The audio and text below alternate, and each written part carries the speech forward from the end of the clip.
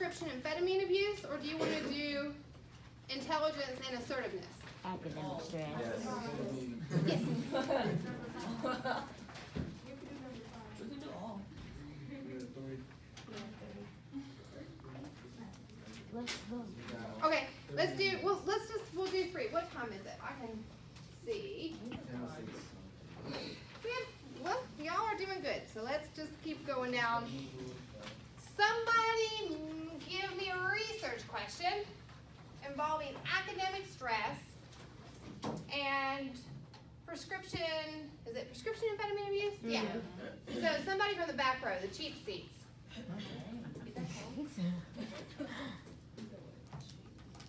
do it. Okay. Will academic stress increase the use of prescription amphetamine? Okay, you want to say, will it increase the use of, or are we saying abuse? Increase the abuse. Yeah, the abuse, right? Because our concept is amphetamine abuse, right? Will academic stress, oopsie, no, that's right. What am I doing, guys? Will academic stress increase? Doesn't it have to be increased? Do you think academic stress reduces amphetamine use? Oh, no, I'm just saying in general. I'm not Oh, okay. No, it doesn't always have to be. It's whatever you think, right? We're asking the question. Like if we were looking at education and crime rate, we might say as the population becomes more educated, will crime rate decrease, right? So we just, whatever the direction is that we're asking. So this one, we are asking though whether or not it will increase. So will academic stress increase prescription, and will amphetamine abuse? Because you don't want to see me try to actually spell that on my own. Question mark. Okay. Somebody give me a research hypothesis.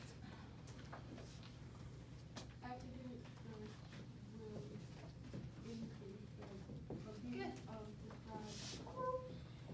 Academic stress will, good, increase prescription amphetamine abuse. Great job. Okay, who wants to do the null? You want to do the null? There's no relationship between academic stress and increase amphetamine abuse. Perfect. There is no relationship between academic stress and prescription amphetamine abuse. Okay, what is our IV, or independent variable? Academic stress. Good, right? Because we think it's having the influence, right? Mm-hmm. And then what are we measuring? Abuse of the drug. Sure, and prescription amphetamine abuse, right? That's our dependent variable. Whew. Good, right? Mm-hmm. How we doing? Are we liking these better? Mm-hmm. I'll let you in on a little secret. So when I was in undergrad, sitting where you're sitting, this is when I actually noticed, I went, oh, I really like research. Oh, I think I can do this. I think I could be really good at this, right? Because I'm very confident. I was always overly confident as a child. It increased my number of hospital trips. I can jump that. I can do that. Okay, so let's go over here. For the purposes of this research, I'm guessing we've got some pretty abstract concepts here, right? Let's do academic stress first. Yeah. So the purposes of this research, and we're conceptualizing here, right? So these are our conceptualizations and operationalization. Operationalization. It looks different on the board. Okay, so for the purposes of this research, academic stress is, I'm reaching, defined as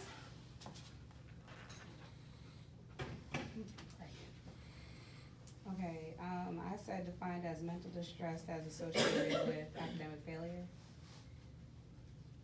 Can we change that to academic pressure? Okay. Right? So distress as mental distress. Could it also be physical though? In aspect of academic? Yeah, definitely. Mental or physical, yeah, because you know stress has a physical, you know, like some people break out. Yeah. I had one poor student who was always stressed out, and that poor thing got cold sores. And it was just like, you could always tell when the end of the semester was coming. I just felt so bad for her. So, I mean, she was having mental distress, but it was coming out physically, right? Mm-hmm. So we could say mental or physical distress from, you said from, I said from academic failure, associated with academic okay, associated. or academic pressure. Yeah, we changed it with academic pressure. Oopsie, pressure. I love that one. That's one of my best ones that I've gotten so far of doing this exercise for 10 years. That's one of the best ones I've gotten. I think that's a great conceptual definition. So Yeah. for the purposes of this research, academic stress is defined as mental or physical distress associated with academic pressure. Well, give me some indicators of academic pressure. Failing test, Everything. because we want to be, well, we'll say test, failing assignments, right? Because we want to be specific. Quiz. Assignments, we'll say test. Fear of disappointment. Participation. Say again, Participation. poor participation. Ooh.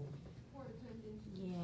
When you study Okay, for a test, poor they still fail. participation, Boy, attendance. What else?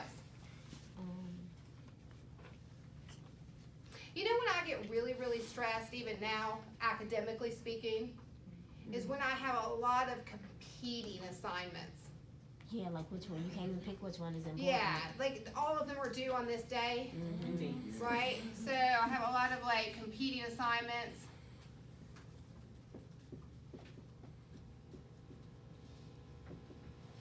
Anybody here a mom? Kid gets sick, you know, right? And you got a test, what do you do? Worry. Yeah, right? Yeah, You so, can't study, you can't focus. yeah, so we have a, you know, and it's not just moms, right? I mean, you could have a very demanding job, right? But we have competing roles, right? That can cause a lot of stress. Competing roles. Can you say fear of disappointment? Hmm, Fear of disappointment. sure, I think so. Like your parents or like yourself. Procrastinate. Oh, dang.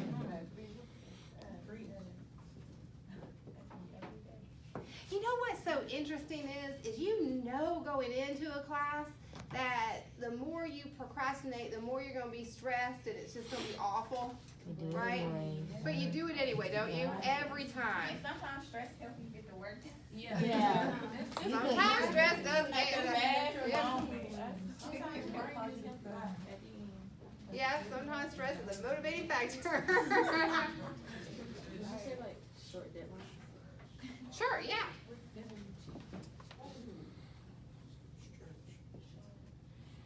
Not Short understanding. deadlines, but even if I give you all 2 weeks on assignment, y'all think it's like, you'll give me like, I'll give you 2 weeks to do this one question and that'll be left and y'all will be like, oh, I can't do it, it's so hard. Not wanting to talk to your professors. Sure, yeah, kind of. What should we call that? Because you can maybe do it with Yeah. everybody, right? So, Lack of communication. yeah. Lack of calm, lack of communication. You gotta shut down, right, when you're really super stressed out. You know what I always do too? What? Cry. Yeah. Oh. And there it goes. I just start crying. Sometimes you just like, I'm over it, I hate it here. I cry and then for whatever reason, no matter what it is, it's my husband's fault.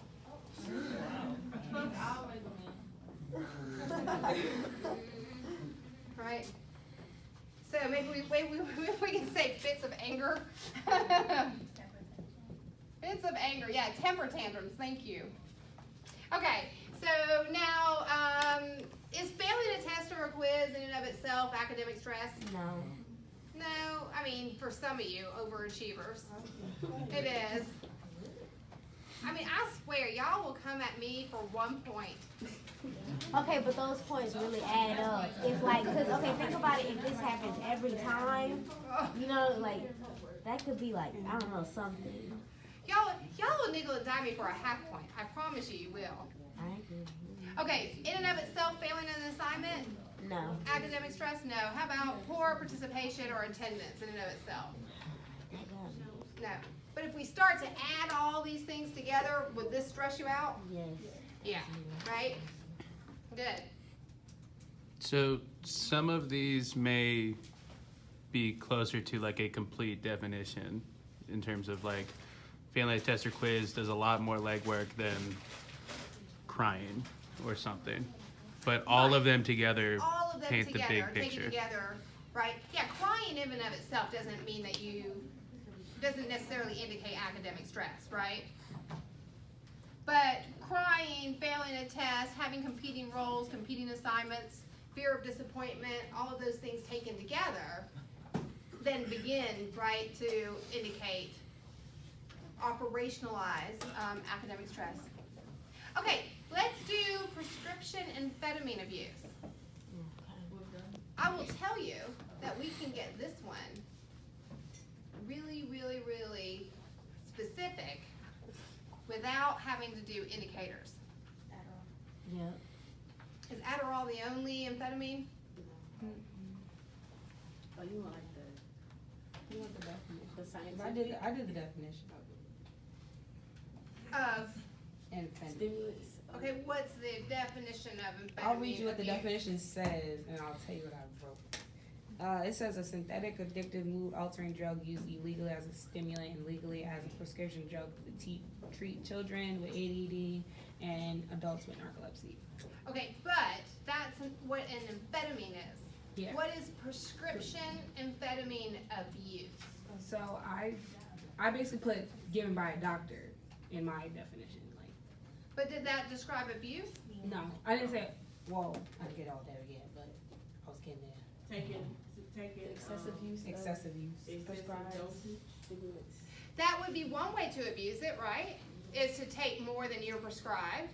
Take it when you don't Excessive need use it. of prescribed stimulants or whatever. Right, you could take it more often than you're prescribed. Taking, That would also be abuse. taking it when you don't need it. Taking it when you don't need it would definitely be abuse. Taking it outside of the guidelines set by the doctor. Beautiful. What if I give my Adderall to you and you take it? That's still Still covered, right? Yeah. So for the purposes of this research, prescription amphetamine abuse is defined as taking a prescription amphetamine in a manner in which it was not prescribed, right? Mm-hmm. Is that specific enough? Does that cover all the ranges of abuse? Yeah. Yeah. So do we need indicators? No. Not necessarily. Now, if I were writing a research paper on this, right, I would probably make it clear that it would cover taking it more frequent, taking it without a prescription, taking it, increasing the dosage, those kind of things. I would probably explain that in my paper anyway, just to be 100% clear. But this definition definition in and of itself, this conceptualization, it does cover, it's very specific. It covers the wide range of behaviors that would fall under the umbrella of abusing prescription amphetamines. Because we're specific, we're saying prescription amphetamines. We're not talking about all amphetamines, right? We're not talking about crystal meth, ice, all of those stuff, right? All of those stuff, all those things.